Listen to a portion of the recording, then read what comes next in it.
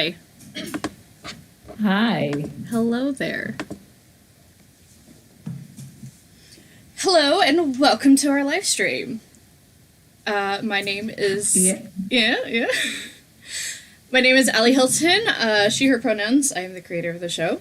If you two want to introduce yourselves. Hi, I'm Emmett Moon. I play Mars Cope on Dining in the Void, and I use he, him pronouns. And my name is Jenny Penn. I don't care what pronouns you use. And I play Cassie Williams. Woo! So today we are going to be listening to episode 8 of season 2 of Dining in the Void. And before we begin, there is our fan Discord, which is labeled in the lower left-hand corner of the stream. Left? Right. Lower right-hand corner of the stream. It's also in the Discord description. Not Discord description. I'm having a time today with my words. Clearly. YouTube description. Words are hard. Words are very hard. I'm very tired and overwhelmed. But it's in the description. It's written out on the screen. So if you guys want to come and chat with us and ask us questions, comments, concerns, that's where to do it. There is listener discussion is very advised for this episode. And without further ado, I think we should begin, right? Yeah. Yeah. Sounds good.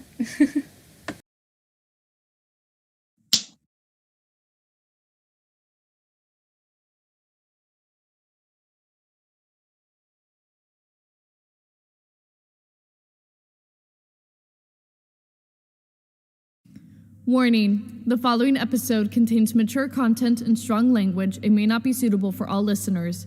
This episode includes discussion of death, panic, discussion of pregnancy, on-screen character death, and intense fighting from 5 minutes and 36 seconds to 6 minutes and 44 seconds, depiction of being held hostage starting at 6 minutes and 50 seconds, threats of murder, intense physical fighting starting at 11 minutes and 40 seconds, stabbing at 12 minutes and 20 seconds, and discussion of past trauma which may be triggering to some listeners. Listener discretion is advised. A transcript of this episode is available on our website or in the show notes. We hope you enjoyed this episode of Season 2 of Dining in the Void.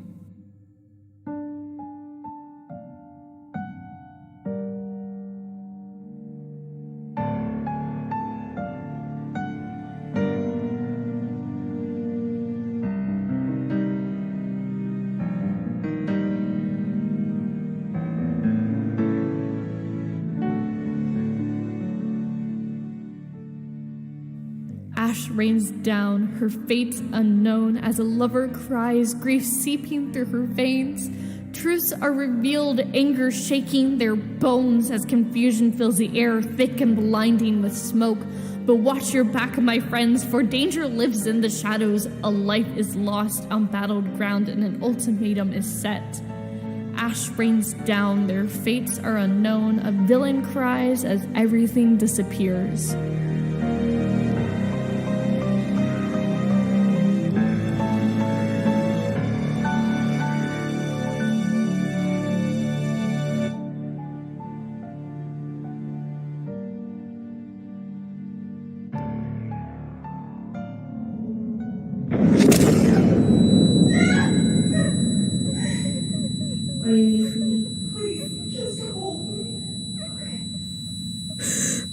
Please, just hold me. What happened? Is Katie Bell dead? Shh. Okay, just, breathe with me. Okay, G? In. And out. Good. In. And out. Everything's going to be okay. Yeah. It's all going to be okay. That could have been us on that ship. That could have been G. That doesn't matter right now. Doesn't matter. My daughter matters. No, she really doesn't. Children matter. Looks like someone's had a change of heart about their pregnancy. What, you think that the family cares about what happens to any of you? You're nothing but specks of dust to them. The family are immortals. They've seen planets die, civilizations fall, and the universe end twice over. Then tell us how it works. I know the rules of the game, not the board. Things are different this time.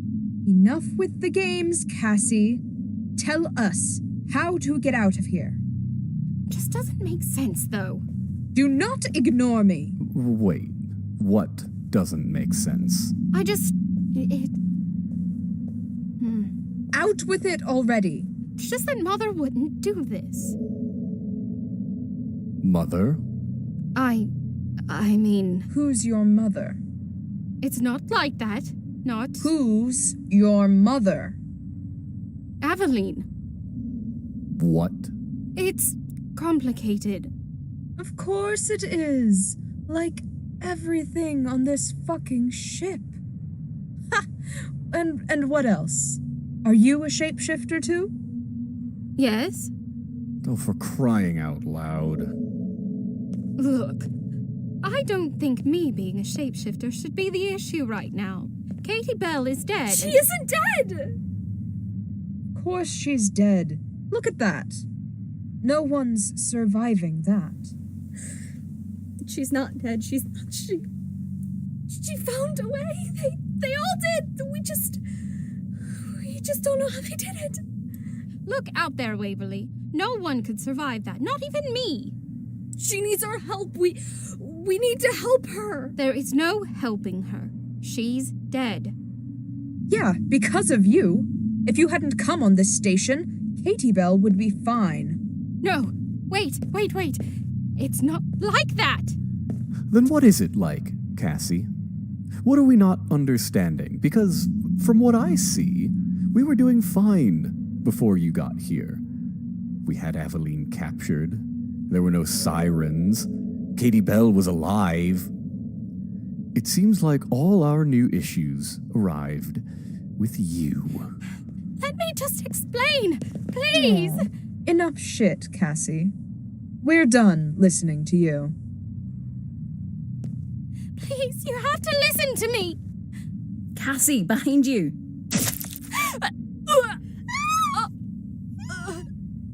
Please, you have to listen to me. Who would ever listen to a pathetic worm like you? I see Katie Bell finally died. Took long enough. Fuck you, Aveline! Ah! 4 arms and you can't even throw a punch. Pathetic. And of all the people on this ship, I'd have expected more from a queen. I guess all you'll ever be is a spoiled little brat. I'm not finished with you, Aveline. But sweetheart, I've been finished with you for centuries.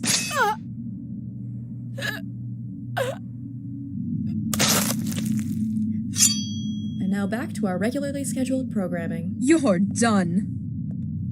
I wouldn't do that if I were you. Joe, did that give you enough time? That's definitely more than enough. Good. Any of you make any sudden movements and Joe will slit Mars's throat. I mean, honestly, please make a sudden movement so that this game can go by faster. You know, I actually completely forgot about you, Mars. For someone who destroyed an entire planet, you really know how not to make a peep. Now, let's discuss the rules of the game, shall we? Any objections? Perfect. Now, as you may or may not have noticed, things have not gone quite according to plan. Fuck you. Joe? Can I, Master? Pretty please? Not yet.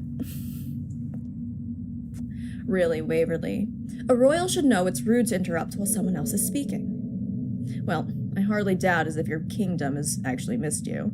You've been gone for, well, over 2 months now. What are the rules? Oh, I'm glad someone's interested.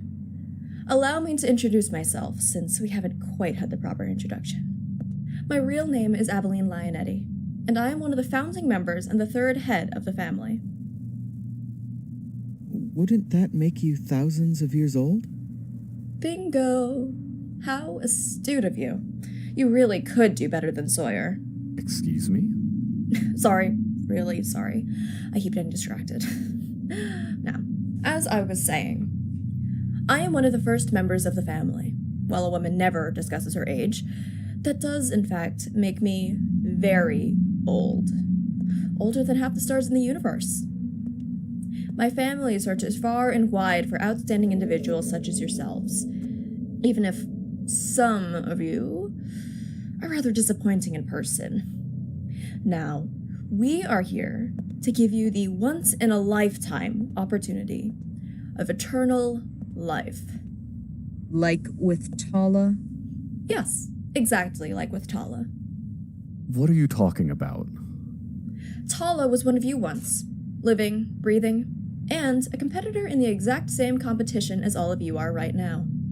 Of course, hers was in another star system, and she knew why she was there. But, for whatever reason, that idiot decided to reject our gift and to go her own way. That's not what happened! Joe! Honestly, everyone, let's just raise our hands if we wish to speak. How does that sound? As I thought.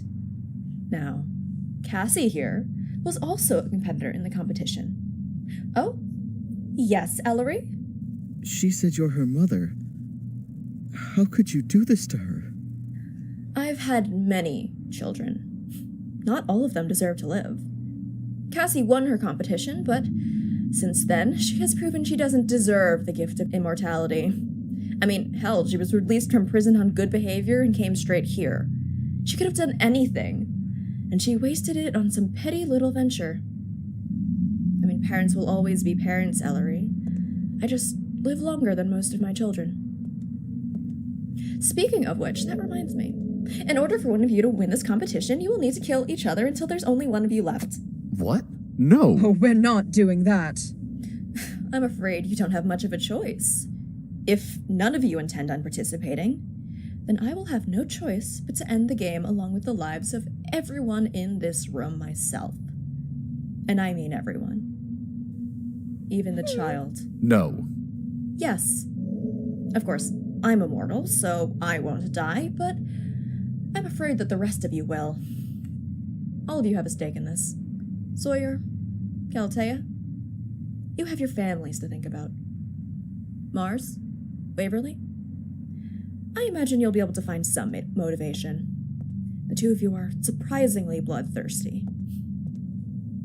The winner of this competition will be bestowed with the gift of immortality, courtesy of the family and the soul of Rigel A. Are you ready? Oh, and Sawyer, I'd advise you to take your family and hide.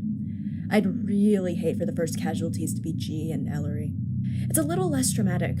Or, well, second casualties. Forgot about Katie Bell. On your marks, get set. No. What? And who are you? Don't you recognize me? You have hurt all of us for far too long. Aveline! You do not get to hurt her. Mars, the knife. Where is it?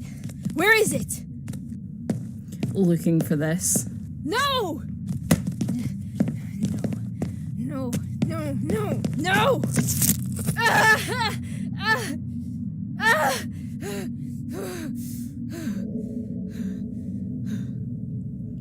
Finally. I was fucking tired of them. Are they still alive? There's a pulse, but it's weak, though. Good. I'd like to kill them if you don't mind. Oh, not at all. And now all we have to do is deal with Aveline. I swear, I won't stop until all of them are dead. Get somewhere safe and lay low. We don't know how messy things are about to get. Understood. Good luck. Thank you. We need to help Tala. No.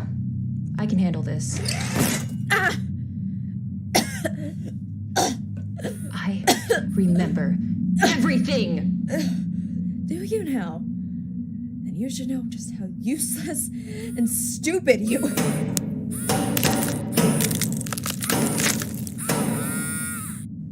You tortured me. You took my body. You took everything from me. You did all of that, not me. When Cassie arrived, I thought I was too late. I thought I wasn't going to get the chance to hurt you the way you hurt me. The way you hurt so many people. The way you've hurt my friends. The way you've hurt Galatea. How does someone as intelligent as you and as powerful as you waste their life? You could have been great. I am great.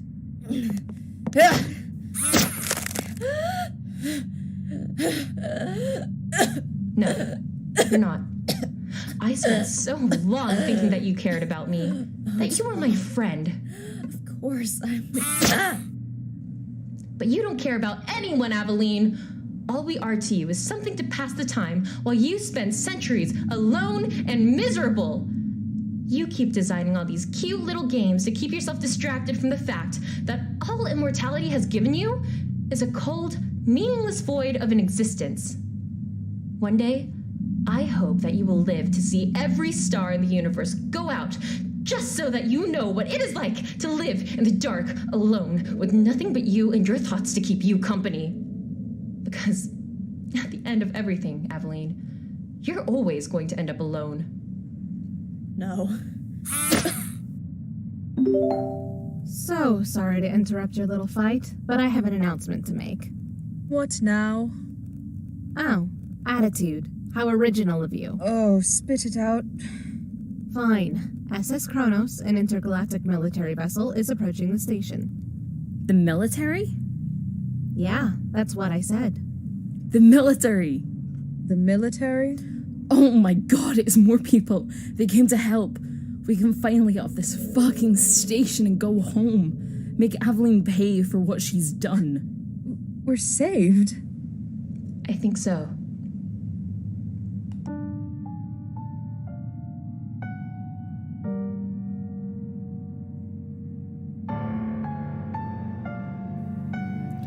Dining in the Void is a production of Zebulon Podcast and was created by Allie Hilton. This episode was written by Allie Hilton and guest writer Davis Walden. The script is edited by Cassie Josephs.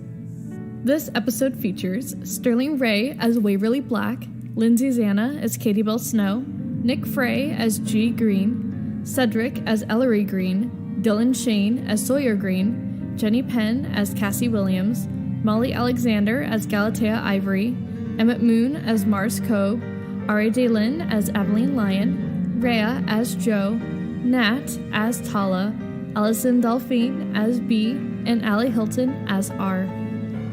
Music was composed by Benny James and Allie Hilton. Sound editing by Brad Colebrook with assistance from Tal Munir and Nico Goldstein. Additional sound effects from freesound.org. If you enjoy the show, consider supporting us on Patreon at patreon.com/Zebulon Podcast. Follow us on Twitter at Dining in the Void for updates and more. Thank you so much for listening.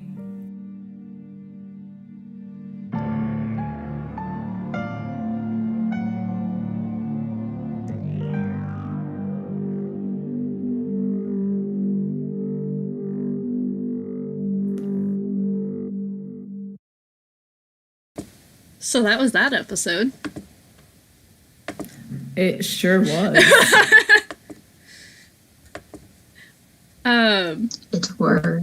Yeah. Hold on, I'm trying to get my computer to work if it would like to. There we go. Yeah, so that was that episode. There we go. Hi. So that was episode 8, which is a very good episode. And in the words of Nick, right now, Jenny, how fucking dare you? I didn't write it. Yes, but the acting in this episode and like just every I love this episode so much. It hurts a lot.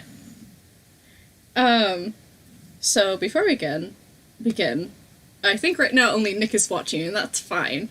But if there is anyone else watching, you can join our Discord where we are answering questions, comments, concerns, because holy shit, all that fun jazz. Sorry, my lungs are acting up right now. They're like, you want oxygen? Nah.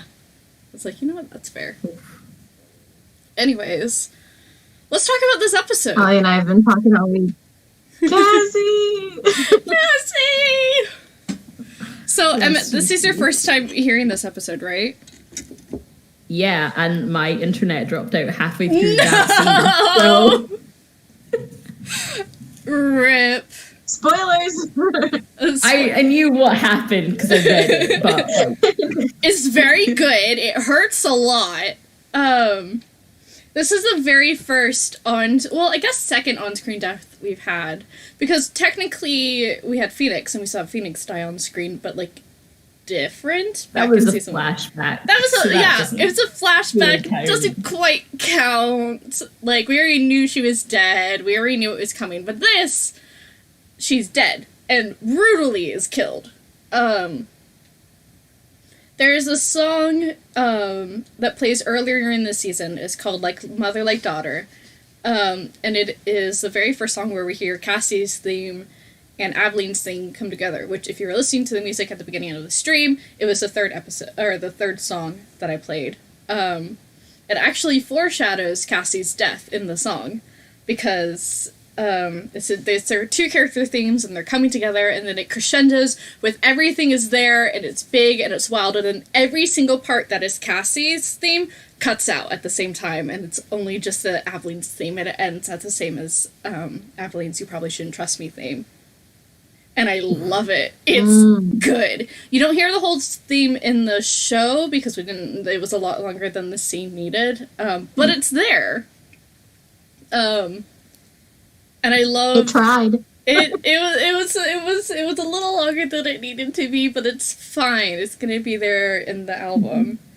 And I love playing with music and seeing how I can tell a story with it. And that one tells the story of Cassie dying, which is what we see. Yep, we sure do. We sure do. Also, just. Davis is the one who wrote this episode, and Davis did such a good job, holy shit. And this is actually Davis's first episode that he wrote, and I was like, here's an episode for you, and he's like, holy shit. Welcome to the right... Listen, we didn't have much else for him to write when he joined the team, so... It's very good. Words, thoughts... Tala's monologue also is one that I really love. Yeah. Tala has like less than 2 minutes of lines in this episode, and it feels like just there's so much more than just like less than 2 minutes, because the monologue is just like really good, and I really like the line where she's like, I hope one day you live long enough to see every star go out in the galaxy so you know what it's like to live alone in the dark with nothing but you and your thoughts for company. I'm like, damn! Yeah, that's a hell of a line. Tala's out here throwing punches both emotionally and physically. Verbal punches. I love that for her. She deserves it. It's what she deserves. So, Jenny, you've never joined one of these live streams before, so I'm gonna ask you questions about Cassie. No, I haven't. Cool. Yeah. What was it like playing Cassie? Like, just overall. Chaotic. Yeah, she's a lot of chaos. I liked her emotional range of going from, excuse me, you interrupted me, to, and then we blew up a star. There's a delay. Yeah, because we first hear from her in the monologues, Cassie monologues, and just chaos. I love Cassie. I love how Cassie gets out of the box, the family's prison, and it's just like instantly is like, let's go kill Mom. Peace. I mean, I love that for her. It didn't end well, but like... Nick says in our chat, the sirens are gone is still my favorite Cassie line from episode 5. The sirens are gone. And then Katie Bell's just like, fuck off. I love the chaos that she brings, and it's like, it's so sad that she dies because she dies so tragically. I feel like, cause like she was there to stop her mom, in the monologue she admits, is it boredom? Is it vengeance? Is it for the adventure? Bit of everything. But we see when they have their big fight back in episode 6, Aveline kind of makes a threat / a promise to Cassie. It's just like, you're never gonna get off this station, or is that no longer your greatest fear? And then Cassie's just like, shit, this is bad. And so that's when Cassie leaves and tries to escape, because that's when she realizes she's never gonna be able to leave. And she doesn't. She dies. She has a sword stabbed through her chest. I think that is a very good way to go. Yeah. That is how I personally would like to be killed. Yeah, with the sword stabbing you through the chest. Stabbed in the back. Stabbed in the back. By your parent? Yeah. No, by literally anyone. It would just be fun. Anyone will do. Anyone will do. Mm-hmm. And, like, the thing is, if Cassie had been able to get, like, medical attention, like, right away, she probably would have survived, because, again, family members are very hard to kill. Cassie should know. Cassie's done it before. Yeah, so if Mars wasn't held at knife point... Probably. It'd be very difficult, it'd be very slim, but there was a chance that Cassie could have survived it, but then Aveline's like, fuck you, and then stabs Cassie again. I almost said stabs Jenny again because of looking at Jenny's face. I was like, no. Jenny's still very alive. Or am I? Or sometimes I think I'm just dead inside. Yes, I feel that. It's such a sad scene, and it's like, so the reason Cassie was named Cassie, because there's a lot of Greek mythology, in the show. With, like, Galatea, the Sirius Station, Rigel A, like, there's a lot of Greek mythology, like, sprinkled in there for, like, some spice. And so Cassie was named Cassie, which is short for Cassandra, which is based on the story of Cassandra in Greek mythology. And if you're not familiar with it, Cassandra was gifted with the gift of prophecy if she would give whatever god it was some favors, as you will. So she got the gift of prophecy, and then she was like, no, I'm not gonna have sex with you. And so he's like, fine, you'll keep your prophecy gift, but no one will ever believe you. And so that's the reason why Cassie was named Cassie, because in a way she was there to kind of stop Aveline, but also kind of, like, give them information about what was going on, and no one really takes her seriously, you know? And then in the end, when she's begging for her life and begging for them to listen to her, no one will listen, and then she dies tragically. So, poor Cassie. Poor Cassie. That's some fun lore drop for you guys. Listen, I love Greek mythology, and there's gonna be more Greek mythology thrown in. I'm not gonna give all the spoilers. But we also learned that Aveline has more than one child. There have been more. And probably all ended up in similar fates. I mean, not everyone. There's probably still some of them still alive. Some of who we might meet. Everyone.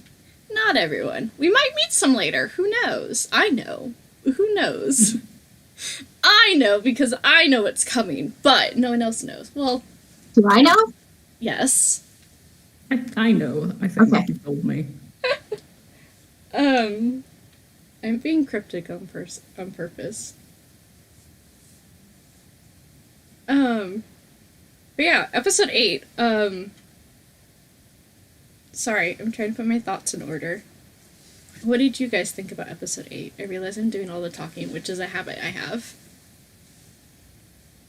I've listened to it like 6 times. I weirdly found It's it a very really good difficult to make the noises of being held at knife point. I'm so sorry. But no, it's a very fun episode, and I liked that I finally got a knife, or Mars finally got a knife. And Mars stabbed Joe! Yeah. Should I have killed Joe there? Yes, I should have killed Joe there. Did I? No. It's Enemies fine. to lovers. Enemies to lovers. lovers, very slow burn. Yes.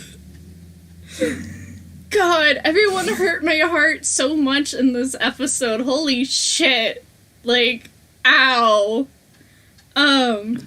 Like, with Cassie and Waverly and Joe and Aveline, it's like, wow, these are my friends. These are not fun sounds, and I don't like this, but I also am, like, relishing and, like, it's good, you know? Imagination. Yeah, I have a very strong imagination. It's a problem sometimes.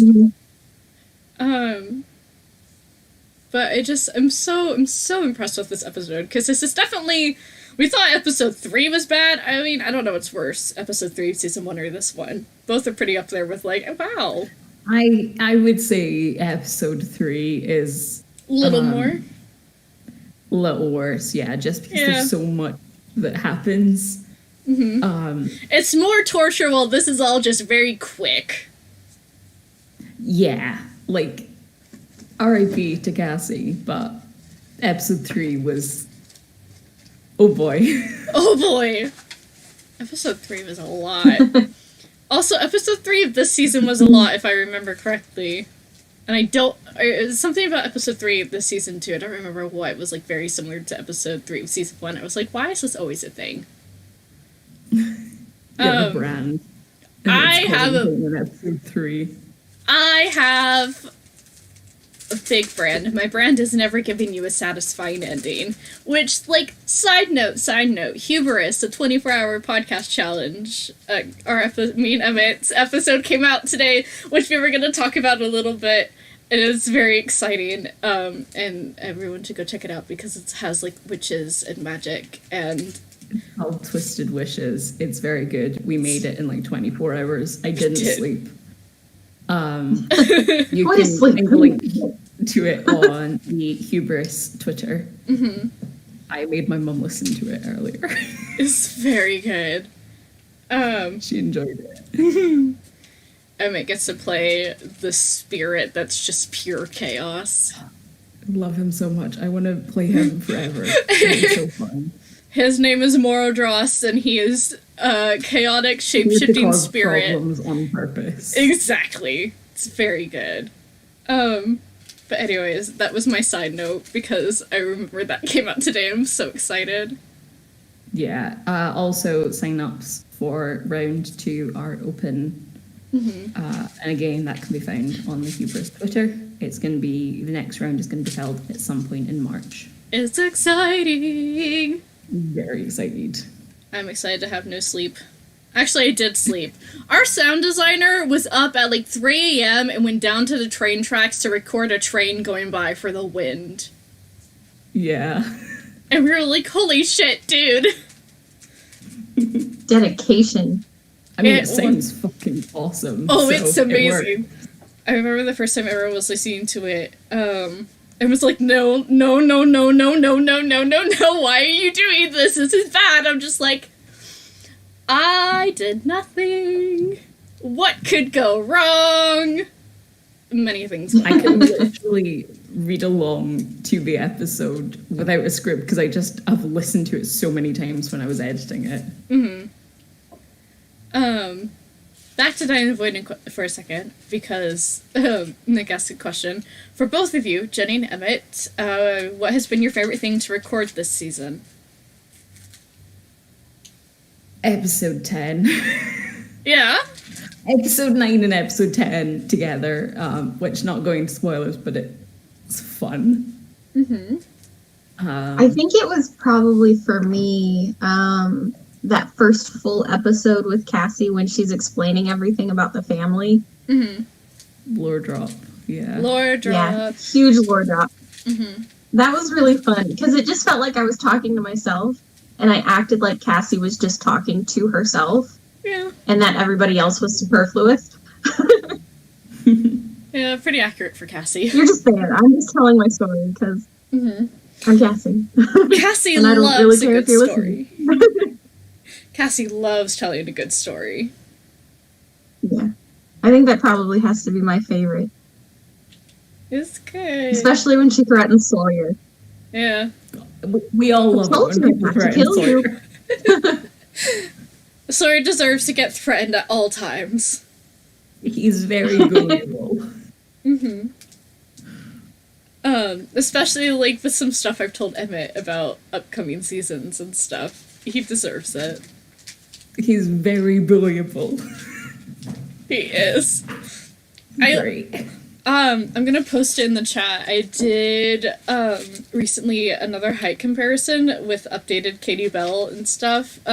Cause Nick was having a hard time picturing himself next to all these characters. They put themselves next to the very tallest and Mars characters. It just holy shit. The height difference. It's very good. Everyone is very tall. Like, Sawyer's like 7'6". Katie Bell is taller than that. Waverly's probably about 7 foot. Galatea is like 6 something. Yes, I did use, and Nick said in the chat, I forgot you used me as comparison port. I did. And then I put Mars there at the very end because Mars is 4'8", and it's just fucking amusing to me. They're so small! Dick height. Yeah. It's very good, and I love the idea of Mars, this little sprout next to Sawyer, just bullying the shit out of him. Mars and Katie Bell are MLM WOW solidarity. Vast height. They're that one meme of the very tall lady and the guy just staring up at her. Yes. Or that one meme with the tall lady who's like pinning the shorter lady against the wall. Yeah. Also, it made me remember in this episode where Sawyer, they're all accusing Cassie and stuff, and Sawyer's like, it looks like all of our problems began with you. The hostility in that take! Holy shit! Sawyer! Well, I mean, he's not wrong, though. No, he's not wrong. Literally everyone's problems begin all her faults in wanting to help. Like, he's right, but how dare he? Literally, if Cassie has not been there, it probably would have all gotten so much better for them, but Cassie came onto the ship, brought the sirens, what allowed Aveline and Joe to get escape, and it just all went very bad. Oh, he didn't escape. Cassie let them out. This is true. Yeah. But everything went downhill because of Cassie, and we love her for it. She's I mean, problems. I tried. don't know if it's on purpose or not. She's there to have a good time. I love how the siren fight came out in episode 5. Just all the sound effects and having Cassie, Joe, Aveline, and Katie Bell having to team up to take down the siren and also take down everyone else. It's very good. Also, side note with Cassie again, because Cassie, in episode 6, where they have Aveline and Cassie having their fight, where Cassie's making an attempt to kill Aveline, was like, my dude, you could have planned this out so much better instead of just going in guns blazing. But, I mean, she probably would have had more time to plan if she hadn't been trying to outmaneuver sirens. This is probably true. I mean, she had 600 years to plan, and this was the best she came up with. I mean, sometimes outside factors are a thing. Yeah. If you remember in season 1, Aveline's species can glow in the dark and stuff. And a lot of times that'll happen. They're glow sticks. And a lot of times, they can control it to an extent, but a lot of times it'll happen when there's like a lot of emotions and stuff. So I love the idea that during episode 6, they both got very emotional in that scene, and like they both started glowing, and then like there's this fight with lights and stuff, and it would just look so cool visually. And then again, in this episode where Cassie's like begging for everyone to listen and stuff, you could see like her glowing and stuff, the cracks on her skin. And then when Aveline stabs her, it goes like really bright and stuff, and then when Aveline kills her, it just kind of flickers out as she dies. And it hurts, and it's wonderful, and visually would be very nice, you know?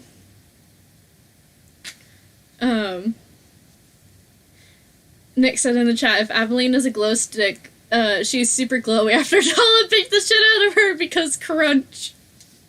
Yes. Which also with Aveline, it would also go out when Aveline got knocked unconscious, because that's what happened at the end there, is Tala's like, fuck you, and just punches her. Which in the next episode, we get to learn the extent of the damage done. And it's like, how the fuck are you still alive? Easy. She's a family member. This is true. They are a lot harder to kill. And we also learn this episode that she's one of the heads, and she calls herself the third head of the family, which really, we're starting to get that sweet, sweet family lore about where it all came from, you know? And so the heads of the family are very important. Which is exciting. I love the names for the heads. I'm going to pull them up because I want to share them. Because I've shared them before, I think, but they're very good. So if my computer will turn on, I'm going to pull them up really quick. Which we've also already met another head of the family, but it was in a flashback scene. If you guys remember... I don't remember what episode it was. I think 3 or 4. When Tala has that flashback when she got her body for the first time. And we meet Lilac, which might actually be... Now that I'm thinking about it, it might have been episode 2. I don't remember. But Lilac is another head of the family who we've already technically met. We also meet Lilac in Cassie's monologues, too. Yes, Cassie's monologues. Yeah. That's right, too. I love Lilac. We've only seen Lilac a few times. Lilac is a stone cold bitch, and we love her for it.